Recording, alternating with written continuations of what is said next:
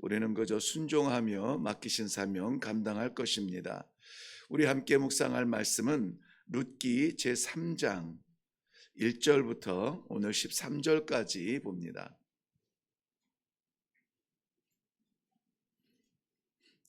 룻기 제3장 1절에서 13절 우리 한 목소리로 같이 읽겠습니다. 시작. 룻의 시어머니 나오미가 그에게 이르되 내 딸아 내가 너를 위하여 안식할 곳을 구하여 너를 복되게 하여야 하지 않겠느냐. 내가 함께하던 하녀들을 둔 보아스는 우리의 친족이 아니냐. 보라 그가 오늘 밤에 타작마당에서 보리를 까불리라. 그런즉 너는 목욕하고 기름을 바르고 의복을 입고 타작마당에 내려가서 그 사람이 먹고 마시기를 다 하기까지는 그에게 보이지 말고 그가 누울 때에 너는 그가 눕는 곳을 알았다가 들어가서 그의 발치 이불을 들고 거기 누우라. 그가 네 할 일을 내게 알게 하리라 하니 룻이 시어머니에게 이르되 어머니의 말씀대로 내가 다 행하리이다 하니라. 그가 타작마당으로 내려가서 시어머니의 명령대로 다 하니라. 보아스가 먹고 마시고 마음이 즐거워 가서 곡식단 더미의 끝에 눕는지라. 룻이 가만히 가서 그의 발치 이불을 들고 거기 누웠더라. 밤중에 그가 놀라 몸을 돌이켜 본즉 한 여인이 자기 발치에 누워 있는지라. 이르되 네가 누구냐 하니 대답하되 나는 당신의 여종 룻이오니 당신의 옷자락을 펴 당신의 여종을 덮으소서. 이는 당신이 기업을 물을 자가 됨이니이다 하니 그가 이르되 내 딸아 여호와께서 내게 복 주시기를 원하노라. 내가 가난하건 부하건 젊은 자를 따르지 아니하였으니 내가 베푼 인애가 처음보다 나중이 더하도다. 그리고 이제 내 딸아 두려워하지 말라. 내가 내 말대로 내게 다 행하리라. 내가 현숙한 여자인 줄을 나의 성읍 백성이 다 아는지라. 참으로 나는 기업을 물을 자이나 기업 물을 자로서 나보다 더 가까운 사람이 있으니 이 밤에 여기서 머무르라. 아침에 그가 기업 물을 자의 책임을 내게 이행하려 하면 좋으니 그가 그 기업 물을 자의 책임을 행할 것이니라. 만일 그가 기업 물을 자의 책임을 내게 이행하기를 기뻐하지 아니하면 여호와께서 살아 계심을 두고 맹세하노니 내가 기업 물을 자의 책임을 내게 이행하리라. 아침까지 누워 있을지니라 하는지라. 아멘. 네, 우리 먼저 기도하겠습니다. 내가 무엇이간데 하나님을 아버지라 부르며 내가 무엇이간데 하나님의 귀한 약속의 시간에 주의 전에 있습니까? 우리를 기필코라도 흔들어서 이 새벽 주의 말씀을 듣게 하신 것은 그저 아버지의 은혜입니다. 사랑하는 주의 백성들, 어떠한 연유로 왔든지 어떠한 상황에 왔든지 우리 하나님 하늘로부터 아버지의 보좌로부터 부어주시는 은혜가 채워지게 하여 주시옵시고 미지의 세계 두렵고 떨리는 하루가 아니라 하나님 동행하시는 귀한 소망을 가지고 일어나는 복된 이 새벽 되게 하여 주시옵소서. 부족한 종을 가려주시고 아버지의 말씀만 선포되도록 은혜를 더하여 주시옵소서. 감사드리며 예수님의 이름으로 기도하옵나이다. 아멘.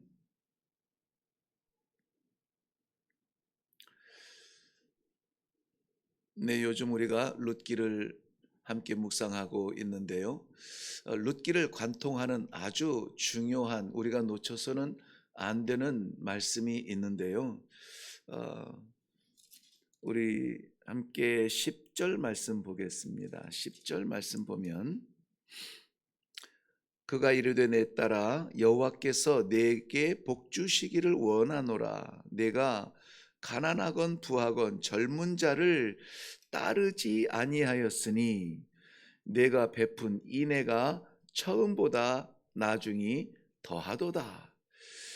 네가 형편과 상황을 계산하지 아니하고 따랐으니 내가 베푼 인애가 처음보다 나중이 더하도다. 여기에서 인애라고 하는 말은 우리가 잘 아는 단어인데요. 여러분 헤세드라는 말을 들어보셨나요? 네, 이것을 우리는 다른 보통 해석할 때는 은혜라 이렇게 해석을 합니다. 헤세드.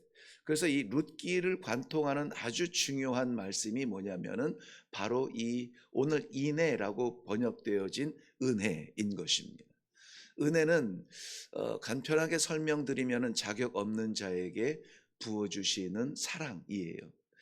어, 자녀 될 수 없는데 자녀로 삼아주시고 백성 될 수 없는데 백성 되게 하신 하나님의 무한 사랑이 바로 헤세드라는 말이에요. 하나님 앞에 나아가서 아버지라고 부를 수 있는 자격이 있는 사람이 아무도 없어요. 그런데 하나님께서 이미 내가 정하기도 전에 만세 전에 나를 택하시고 정하셔서 내가 뒹굴던 나의 삶 가운데 나를 불러주시고 나를 일으켜주시고 너는 내 것이라 이렇게 불러주시는 것이 은혜, 헤세드라는 말씀입니다. 룻기를 시작하면서 우리 엘리멜렉이라고 하는 유다 베들레헴 성에 살던 사람이 흉년을 만나 약속의 땅이었고 하나님께 주신 기업인 그 땅을 떠나버립니다.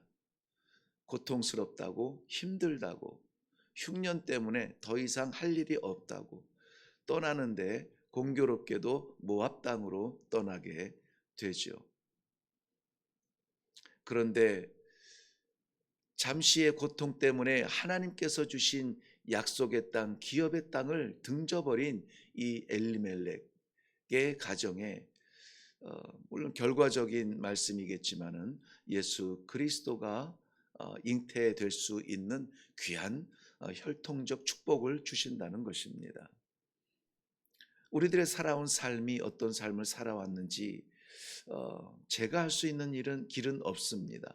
우리 자신이 바라볼 때에 조금만 틀어져도 주저앉고 조금만 힘들어도 하나님을 외면했던 그러한 수없이 반복되는 순간에도 오늘 이 자리에 있는 것은 변함없는 하나님의 사랑인 것입니다.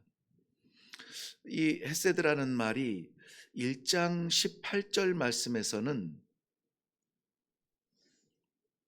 1장 18절 말씀에서는 나오미가 룻이 자기와 함께 하기로 굳게 결심함을 보고 그에게 말하기를 여기에서 굳게 결심한 그 결심이 흔히 할 수 있는 결심은 아니었던 것이죠. 그리고 나서 이 나오미가 룻에게 말합니다. 네가 산 자나 죽은 자나 변함없이 선대하였으므로 선대하였다라는 말 그것도 역시 이제는 더 이상 돌봐줄 수도 없고 이제는 더 이상 시어머니로서 너에게 해줄 것도 없는데 변함없이 나에게 이 은혜를 베푸는 이 룻의 모습을 칭찬할 때에 사용했던 것이 선대했다라는 말이에요. 하나님께서 오늘도 우리의 삶 가운데 우리의 삶의 자리마다 선대하여 주시기를 바랍니다. 이것을 헤세드라 이렇게 하는데요. 2장 20절 말씀에 가보면은 2장 20절 나오미가 자기 며느리에게 이르되 그가 여호와로부터 복 받기를 원하노라.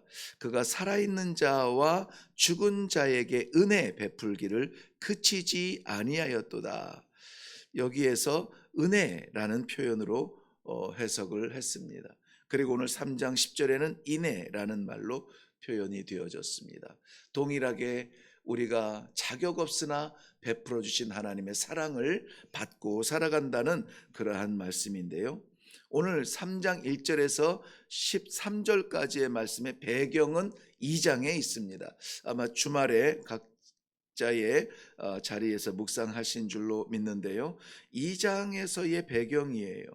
무엇이냐면은 보아스의 친절입니다. 자, 이 보리를 추수할 시즌에 돌아오게 된 베들레헴으로 돌아오게 된 나오미와 룻, 자기들이 뿌린 것이 없기 때문에 거둘 수 있는 것이 없습니다.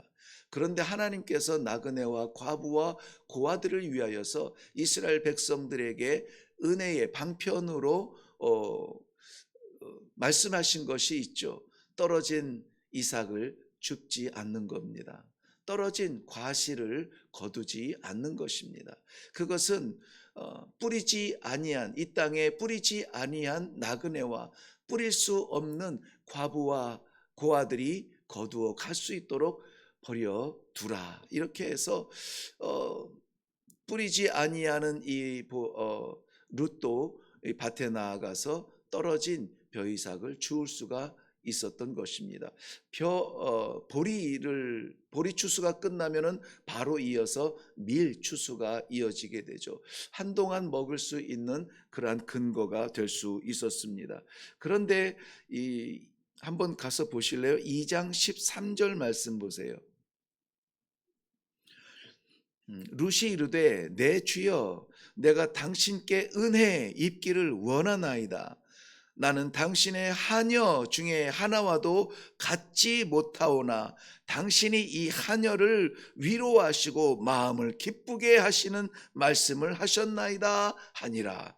자격이 없는데, 이방 여인으로 이 틈에 낄 수조차 없는데 내게 은혜를 베푸셨습니다. 자격 없는 자기에게 부어주는 이 보아스의 친절을 고백하고 있는 것인데요. 무엇이냐면은 이 낯선 땅이죠. 베들레헴이라고 하는 곳이 낯선 땅이고 낯선 문화고 낯선 민족이고 그렇습니다. 그런데 와서 이 추수한 뒤에 떨어진 보리 이삭을 지울 때에 보아스가 관심을 가지고 말하는 것이에요. 낯선 여인인데 너는 누구냐?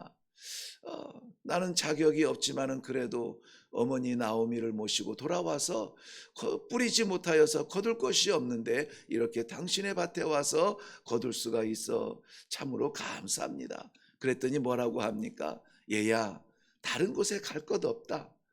내 밭에서 계속 거둘 수 있도록 너의 시간을 이곳에서 보내라. 은혜를 베푸는 것을 볼 수가 있습니다. 이 말을 돌아와서 그 시어머니 나오미에게 말할 때에 나오미에게 하나님께서 지혜를 주시는 말씀입니다.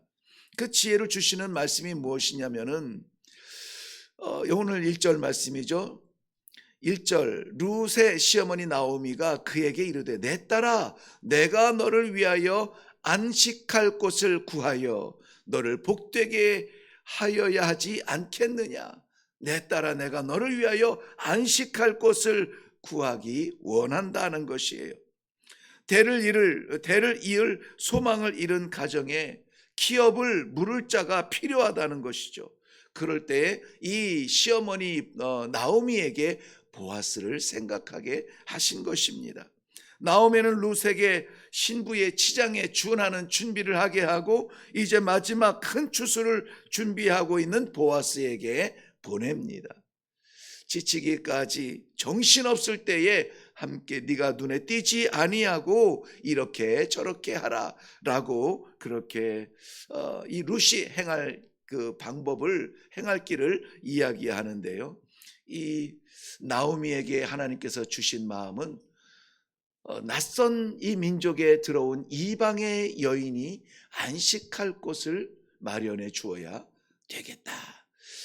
우리가 지금 이 헤세드라고 하는 은혜라는 단어를 생각하고 있는데, 이 작은 은혜의 마음이 그에게 들어가는 거예요. 내게 필요한 여인이지만은 그러나 내가 아니라 바로 이 여인에게 안식할 자리가 필요하지 않겠는가? 그를 먼저 생각하는 것입니다. 자신의 삶도 피폐합니다. 자신의 삶도 피곤합니다. 사람들이 알아볼 수 없을 정도로 괴로운 삶을 살았습니다. 오죽하면 사람들이 나오미 아니야? 아이, 나오미일 수가 없어.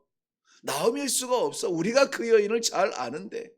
불과 10여 년 만에 알아볼 수 없을 만큼 피폐해진 자신의 몰골을 보면서 자신을 말하라고 말할 수밖에 없는 이 땅에, 나도 버겁지만 이방인으로서 이 베들레헴 땅에 들어와 살고 있는 이 룻, 그 여인을 생각하게 되는 겁니다. 우리도 버겁지만 우리의 은혜, 우리의 헤세드, 우리의 관심이 필요한 사람들은 없을까? 오늘 우리는 늘 그렇지만, 믿음의 본질이 그렇지만, 내가 아니라 나를 통하여서 살아날 사람이 누굽니까? 내가 아니라 채워줘야 될 사람이 누굽니까? 나도 빈곤하면 나도 필요하지만은 그러나 나를 통하여서 하나님의 사랑을 체험해야 되는 그러한 궁핍한 사람이 누굽니까? 우리가 오늘 기도 가운데에 우리 이 헤세드를 한번 체험해 봤으면 좋겠습니다. 나오미가 며느리인 룻에게 이렇게 하고 저렇게 하라라고 말씀할 때에 룻은 나오미의 어려운 권면에 순종하기로 결단합니다. 이미 죽는 자리까지 가겠다고 했기 때문에 이 어머니 나오미가 말씀하시는 모든 것은 내가 다 따르겠습니다 결심하였기 때문에, 사실은 이거 굉장히 수치스러운 일이에요. 이스라엘 백성들이라면 이해할 만합니다. 기업 물을 자가 무엇인지, 그리고 대를 이을 사람이 없을 때에 또 이 가문 가운데에서 내 대를 이을 수 있도록 결혼할 수 있는 이 방편을 하나님께서 마련한 것을 이해하는 이스라엘 백성들에게는 어려운 일이 아니에요. 그런데 전혀 다른 문화에서 들어온 모압 여인에게 나는 어머니를 사랑하며 어머니를 충성하기 위하여서 이곳까지 왔습니다. 그런데 낯선 남자의 발치의 이불 속에 들어가라니요.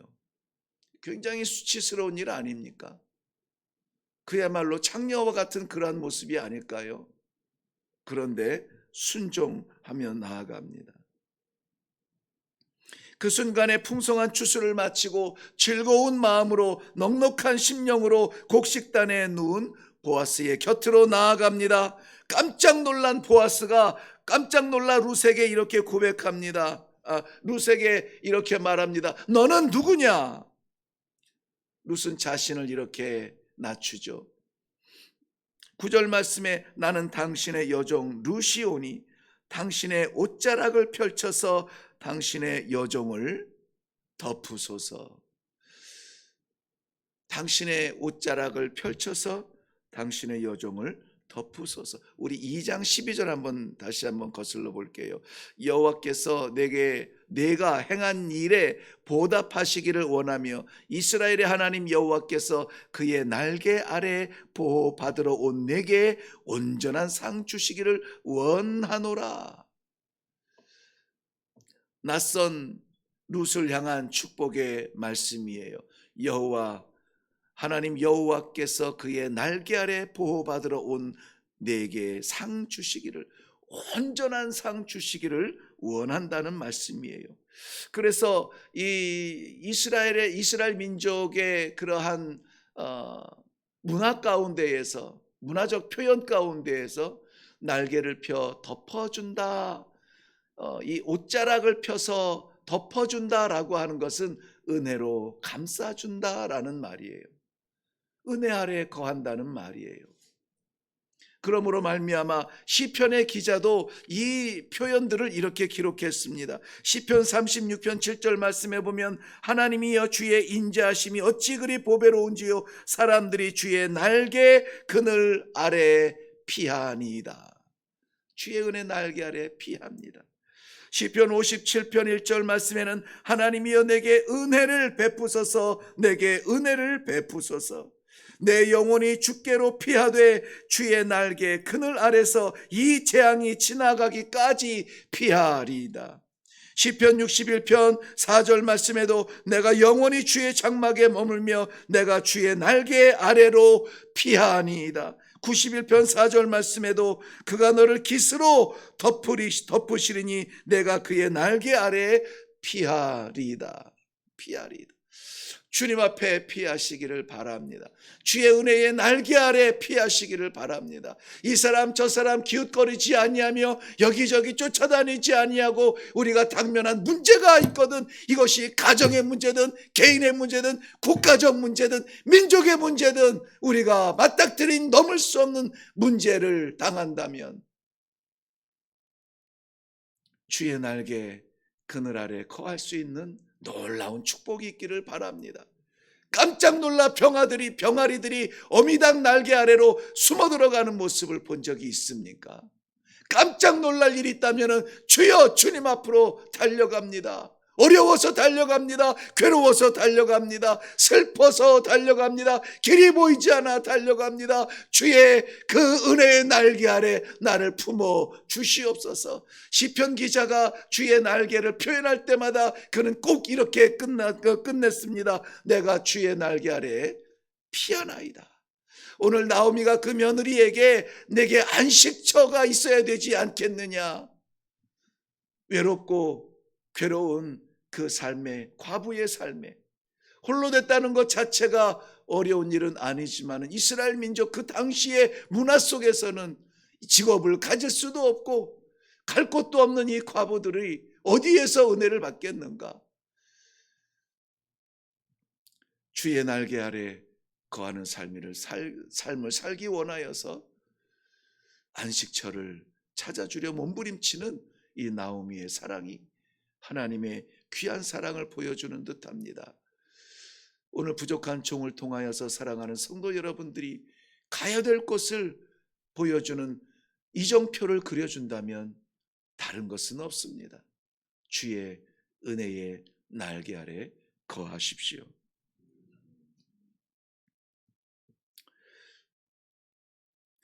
자신의 발치 이불을 덮고 있는 룻을 바라본 보아스는 자신이 기업 물을 자가 되며 그 기업 물을 자의 책임을 다해야 된다는 것을 알고 있었습니다. 그리고 약속을 하죠. 기업 물을 자의 책임이라고 하는 것은 이스라엘 백성들에게 하나님께서 허락하신 고엘 제도를 말하는 것인데요. 기본적으로 이것은 땅에 관련된 건데요. 어떤 큰 실수가 있었든지 어려운 일을 당했든지 아무튼 이 땅을 저당 잡혔든지 어떻게 해서 땅을 빼앗기게 된다면은 그 친족 가운데 가장 가까운 사람이 형제가 해야 되겠죠. 제가 형제가 있으면은 저에게 가장 가까운 형이 아니면은 동생이, 그리고 내게 형제가 없는 외아들이라면은 사촌 중에서 가장 가까운 사람이 그 땅을 대신 갚아주고 되사주는 거예요. 그래서 고엘이라고 하는 것은 되찾다 뭐 이런 이야기인데요. 사실 어떻게 보면은 룻은 되찾을 만한 여인은 아니에요. 이방 여인이거든요. 그리고 이 베들레헴의 혈통과 상관이 없는 그러한 자인데 이 기업 물을 자의 책임을 다하겠다라고 고백하고 있는 것입니다. 분명히 이것은 고엘 제도 안에서 기업 물을 자는 혈연 관계여야 하고 그만한 능력이 있어야만 되는 것입니다. 이 법의 근거에서 룻과 자신의 사이에 율법상 우선된 사람이 기업 물을 자가 있다라는 것을 알고, 그리고 자신이 그 일을 감당하기를 원하지만 걱정 말아라, 내가 그 기업 물을 자의 책임을 다하겠다라고 하지만은 룻과 자기 사이에 우선된 사람이 있다는 사실을 알게 된 거예요. 그리고 내일 아침에 그 우선된 사람이 그 기업 물을 자의 책임을 다하면은 감사하겠거니와 그가 그 책임을 하지 못하겠다, 난 못하겠습니다 하면은 그러면은 내가 기꺼이 그 일을 감당하겠다라고 자기의 책임을 말하고 있습니다. 누군가는 져야 될 책임이라면은 보아스가 얼마나 놀라운 축복의 결단을 합니까? 누군가 해야 될 일이 있다면, 누군가 감당해야 될 고엘 제도의 기업 물을 자의 책임이 있다면, 주님, 제가 하겠습니다. 제가 가겠습니다. 내게 맡겨주십시오. 자신의 책임을 다하는 우리 성도들의 결단이 오늘 이 새벽에 있기를 바랍니다. 하나님께서 기뻐하실 일인 것이 분명한데도 불구하고 아직 내 때가 된 것 같지 않고, 아직 내가 상황이 안 좋은 것 같고, 아직 내가 할 수 있는 여력이 안 되는 것 같아서 아이고 다음에 할게요, 다음에 할게요. 아마 연초가 되니까 이제 뭐 섬기시는 교회에서도 책임도 맡아야 될 일이 생기게 되고, 또 이런저런 일들로 부담들이 생길 수 있는 그러한 직분들이 주어질 수도 있어요.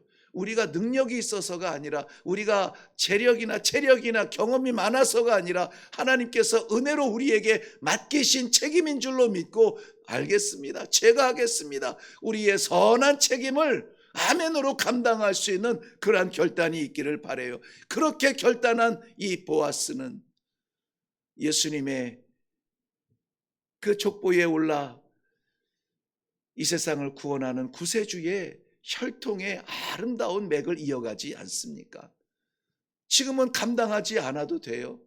과부가 아니라 정말 더 아름답고 더 예쁘고 더 고운 그러한 처녀에게 장가갈 수도 있겠지만은, 이미 보아스는 나이가 많은 그러한 관계도 있겠지만은, 그럼에도 불구하고 이 낯선 이방 여인, 모압 여인을 내가 책임질게 라고 말하는 것은 쉬운 일이 아니라는 거예요. 이 룻기를 보면 구석구석 정말 하나님께서 내게 베푸시는 한없으신 그 은혜의 현장들이 얼마나 많은지 몰라요.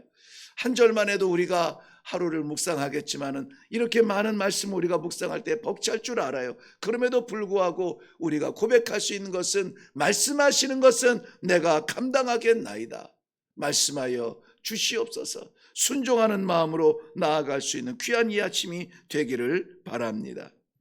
우리 기도하겠습니다. 하나님께서 오늘 이 시간에 우리를 불러주시어서 나오미와 같은 선한 기회를 볼 수 있는 지혜를 주시옵시고, 룻의 결단과 같이 무엇에든 따르겠다라고 하는 순종의 마음도 주시고, 보아스같이 자기 자신이 기꺼이 감당하겠습니다, 책임을 통하여서 열매를 맺는 아름다운 순종의 이 아침이 되게 하여 주시옵소서. 감사드리오며 예수님의 이름으로 기도하옵나이다. 아멘. 네, 오늘 우리가 본문 말씀을 통하여서 세 명의 인물이 나오는데, 나오미에게서는 안식처를 구해줘야 되겠다라고 하는 그러한 지혜와 생각이 있을 것이고, 명령한 것에 대하여서 무조건적 순종으로 나아간 룻과 같은 순종의 모습이 있을 것이고, 보아스가 기업 물을 자의 책임을 다하겠다라고 나아가는 그러한 책임을 다하는 모습도 있을 것입니다. 하나님께서 말씀 가운데 우리가 기도해야 될 것이 무엇인지 이 시간에 함께 기도하기를 원하는데요. 그러므로 말미암아 오늘 하나님께서 우리가 열어갈 삶의 지혜도 주시고, 주신 말씀에 대한 순종도 주시고, 맡기신 책임에 대한 감당할 수 있는 능력도 주시옵소서. 우리 함께 기도하면서 내려갈 수 있기를 바랍니다. 우리 함께 기도하도록 하겠습니다.